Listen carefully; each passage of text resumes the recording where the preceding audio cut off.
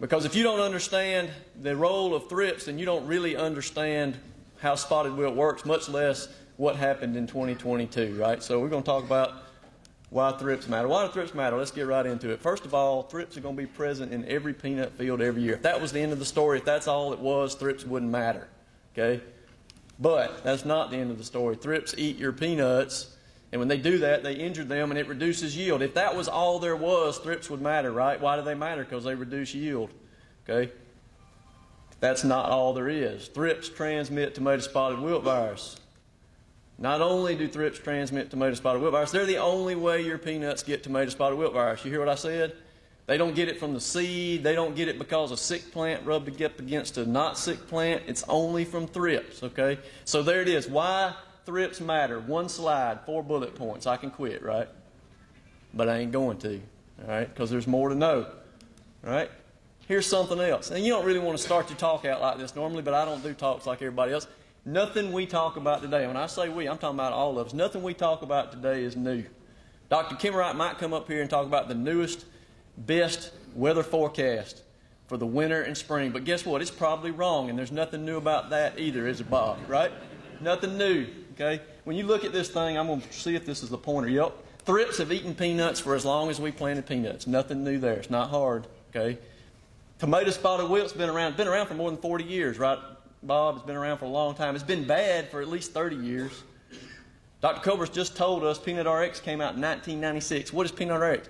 The things that we can do to increase our risk or decrease our risk of spotted wilt, we've known what they were basically since 1996. It's not new. It's not hard. Right? When we go into 2023, what can I do? There's no new miracle treatments for thrips or spotted wilt in 2023. Okay, if somebody tells you there is, there's not. Right? But that's not terrible, because guess what? Those things that Mr. Simi helped figure out back in 1996 still work. And you say, Mark, I followed Peanut RX last year, and I still had spotted wilt. You're right. They don't work perfectly. Nothing does, okay? The virus is out there, and our peanuts are going to get it, right? But they work, and we're going to talk a lot about, Bob's going to talk a lot about Peanut RX. I'm going to try to focus on thrips, okay? So let's talk about thrips. What are they? They're a tiny little insect. 1 or 2 millimeters in size, a little bitty thing. There's 2 species. There's lots of species. There's bunches of thrips. There's 2 species that we see in peanut that transmit spotted wilt. One of them is tobacco thrips. The other is western flower thrips. I'm going to talk about tobacco thrips. Why? Because they're the ones that come into our peanuts. When they come out, the seedling peanuts that are coming out of the ground, they're the ones that feed. They're the ones that cause that damage that you see, and they're responsible for most of the spotted wilt that causes yield loss, that early season transmission of spotted wilt that causes yield loss. So what about thrips? What do they eat? Dang near everything green, right? They have a very wide host range. That's important, all right? It's important that they can do that. They can complete their life cycle in 2 to 3 weeks. The warmer it is, generally, the faster it goes. That's important, okay? Where are they right now? Right now, on January the 19th, where are the thrips? Right outside this building. Go find some green winter weeds. They're in your peanut fields. Those weeds, those winter annual weeds that are out there in your fields, they're on them right now. What are they doing? They're making love. They're making babies. They're getting ready to eat your peanuts in April and May, okay? Look at this. Why? They can only transmit the virus if they caught it. The thrips are sick too. They're sick too if they caught it when they were babies. Why does that matter? It means that if an egg is laid on a plant and that plant doesn't have tomato spotted wilt virus, guess what? We don't care that much about that thrips because it's not going to transmit tomato spotted wilt virus. But if that egg is laid on a plant and it does have virus, then that thrips is going to acquire that virus, and now it can bring it to another plant, and that may be your peanut plant, okay? Where do they come from? They're all out there everywhere. You got a peanut field, they can come from your neighbor's field, they can come from your field next door. Guess what? They can come from Alabama. Right? That's important too. I'm going to talk a little bit more about that in a second, but let's look at this. We can do a pretty good job of predicting the intensity, how many thrips there are going to be, and the timing of thrips dispersal. Right? We can do a good job. Why can we do that? We can do it because they're dictated, they're regulated in large part by the weather. If you ever heard Dr. Kimmerite give a talk, he talks about it all the time. Right? Warm winters generally mean more thrips, generally, but Rainfall, when it rains, it kills thrips. Immature thrips are killed by rain. You can believe it or not, but it's true. All right, so if we have a warm winter and we have a lot of rain, especially in February and March, we may have lower thrips populations. If we have a warm winter and it's dry, we're probably going to have higher thrips populations. The best case scenario for us is cold and wet. All right, okay? So it matters. What triggers when they're going to move? It's April. Picture it's April. High temperatures in the 60s. And then all of a sudden, what happens? It's 90 degrees for 4 or 5 days in a row. What happens to the winter annual weeds in your fields? They start to die, right? They start to dry up. But what happens to the thrips? They don't just, oh, God, my food's gone. I'm just going to give up and die. No. They fly. And where do they go? They go to your seedling cotton, and they go to your seedling peanuts, and they go to whatever green plants are in the environment when that happens. We can predict it. If you're interested, you can go to this website. You can put in, you can drop a pin on a map. You can look. It'll predict when the thrips flight's going to occur. Really, really important for cotton. It says for cotton, it doesn't matter. Like the thrips flights are when they are. Okay? This is really important for cotton. It's not as important for peanuts, I don't think. Why? Because we can't predict the intensity of tomato spotted wilt virus. Right?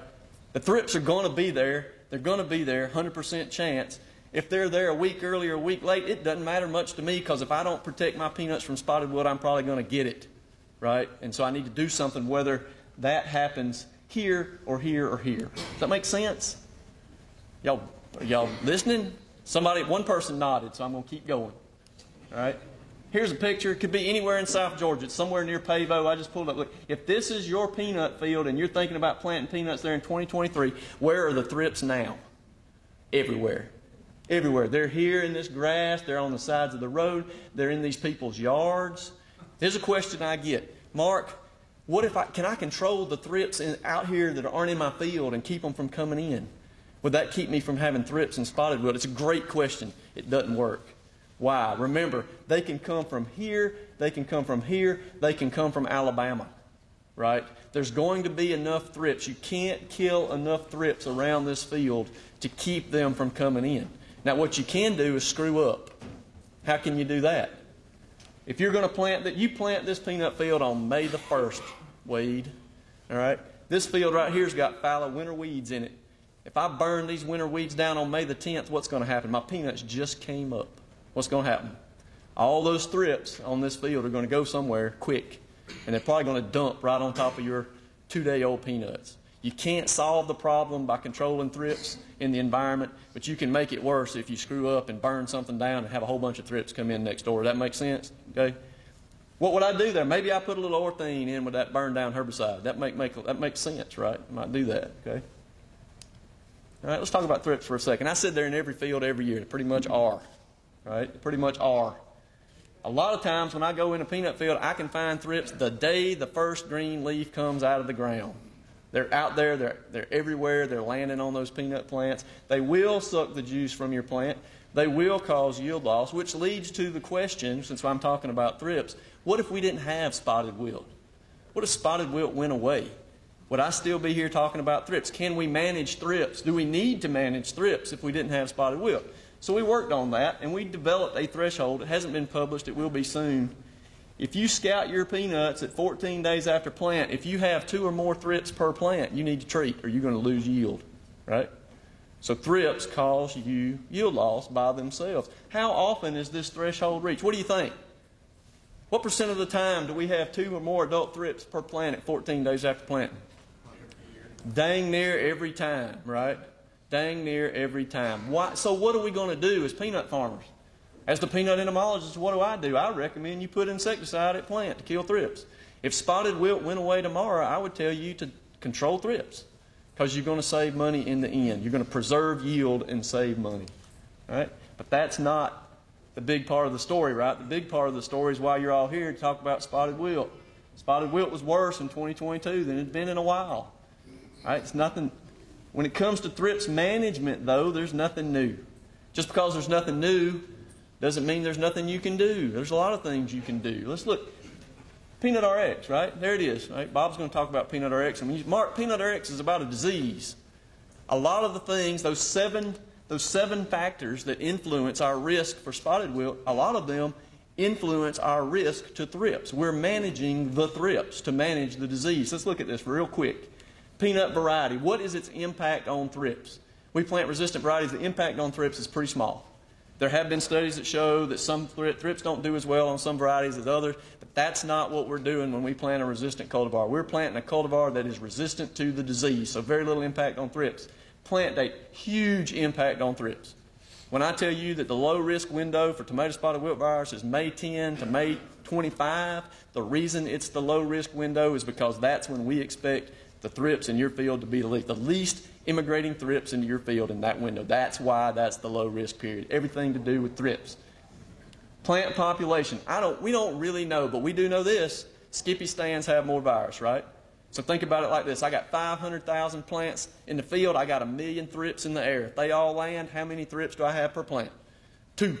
If I got 1 million plants on the ground and I got 1 million thrips in the air and they land, how many thrips have I got per plant? 1. Would you rather have 2 thrips per plant or 1 thrips per plant? I'd rather have 1, okay? At-plant insecticide goes without saying. Dr. Culber's already talked about it. I'm going to talk about it some more. Major impact. It's not rocket science, it's insect science, right? Major impact of insecticides. Row pattern affects the way thrips find their host.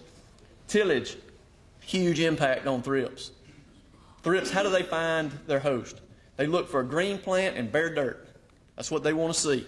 When they see a green plant and it's coming up and there's residue on the ground, they don't like that. They don't land on it, then they don't eat it, and they don't give it spotted wilt. Make sense? Tillage matters, and it affecting the thrips. Classic herbicide, as far as I know, that has no impact on thrips, and you probably don't use it, so it doesn't have any impact on you either. All right? Let's talk about insecticides. We think about insects, we think about insecticides. We did a survey last year for growers at maturity clinics. A lot of you probably participated. 80% of the acres in Georgia that were surveyed in our survey were treated with an in-furrow insecticide. That's good. Okay, I think that's good. But it tells me this. It tells me almost 20% of our acres were at increased risk for what? Increased risk for yield loss because of thrips feeding and increased risk of loss due to tomato spotted wilt virus. All right, what did we use? What did we put in furrow? 50% of those surveyed acres had Thimet in furrow. Okay, that was a question earlier. All right, that's good. Thimet does 2 things. It kills thrips, that's good, and it reduces our incidence, our risk of tomato spotted wilt virus. That's what Dr. Culber's told you. I don't have to go into detail because he did it. Our next most commonly used product is imidacloprid. Okay?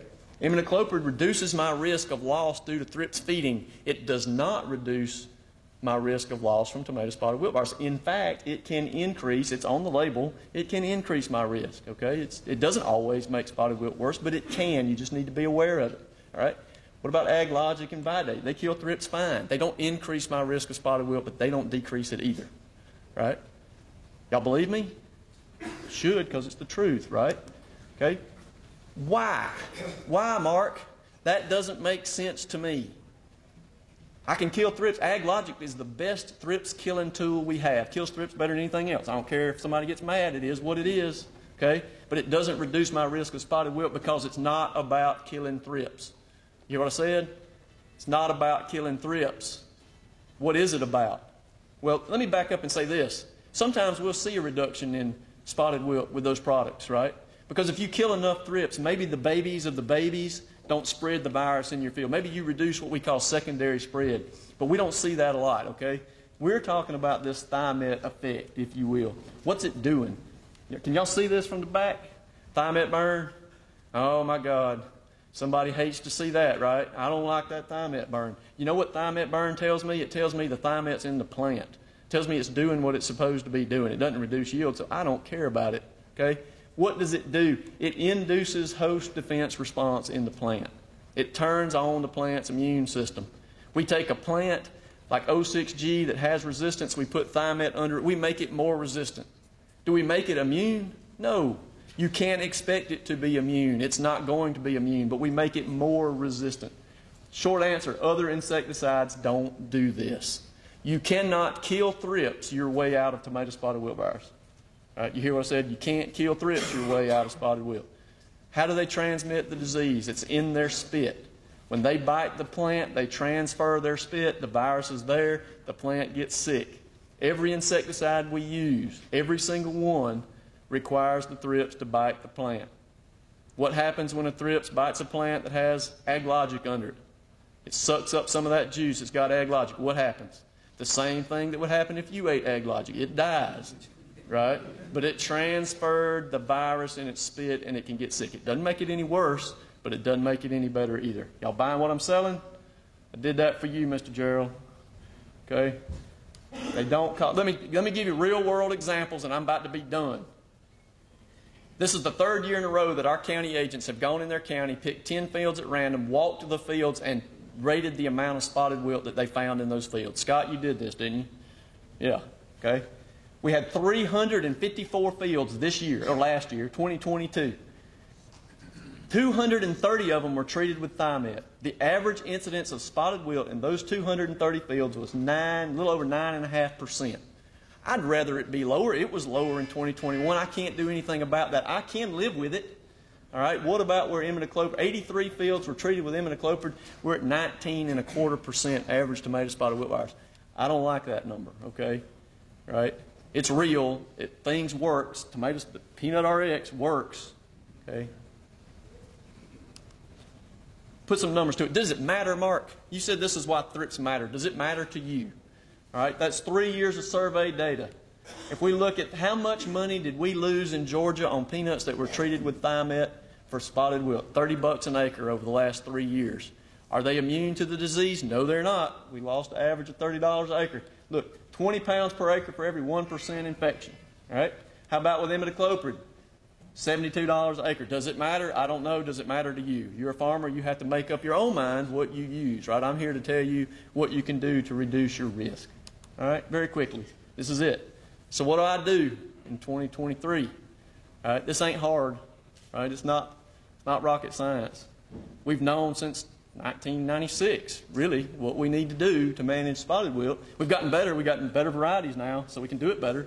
We've tweaked things over the years. It's gotten better, but we've basically known what we needed to do. Is spotted wilt going to be worse in some years than others, and we can't do anything about it? Absolutely. Can I tell you if spotted wilt is going to be bad in 2023? No, I can't. But I can tell you what you can do to reduce your risk, and there it is right there. Thrips are not going away, and neither is spotted wilt. Albert's already said it. I'll say it again. 06G is not playing out. If you want to fight about it, I don't have time now, but we can do it later. Okay? The easiest way to reduce the risk of spotted wilt, it ain't hard. The easiest way, one, if you're talking about spotted wilt, make sure you get a resistant variety. It goes without saying. Everybody's going to do that. 1 and 2 after that, plant in the low-risk window and use Thimet in furrow at plant. It's about managing those thrips, right? We're reducing our risk of thrips. We're reducing our risk of spotted wilt. It ain't hard. I don't know how many of you heard this. Kirby Smart, this stuff's easy, right? Fundamentals, we've known it for a long time. We just got to do it.